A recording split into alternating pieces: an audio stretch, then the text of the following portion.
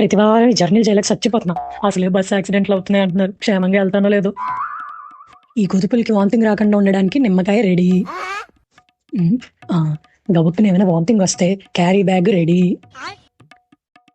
ఈ డోలో టాబ్లెట్ కూడా ఉంది కాబట్టి ఏ నొప్పులు వచ్చినా కూడా దీంతో మేనేజ్ చేసేయచ్చు. ఇన్ని అస్త్రాలు ఉండగా మనం దేనికి భయపడక్కర్లా.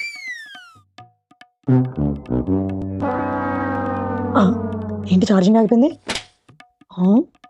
లైట్ వెలుగుతుంది, మరి ఛార్జింగ్ ఎక్కట్లేదేంటి? అన్నా, ఛార్జింగ్ పనిచేయట్లేదు. లైట్ ఆఫ్ చేస్తే ఛార్జింగ్ ఎక్కదా?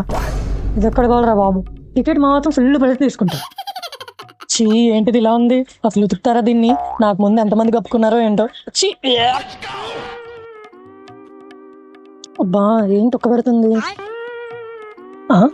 ఏంటి, ఏమైంది దీనికి? ఎందుకు సడన్ గా ఆగిపోయింది?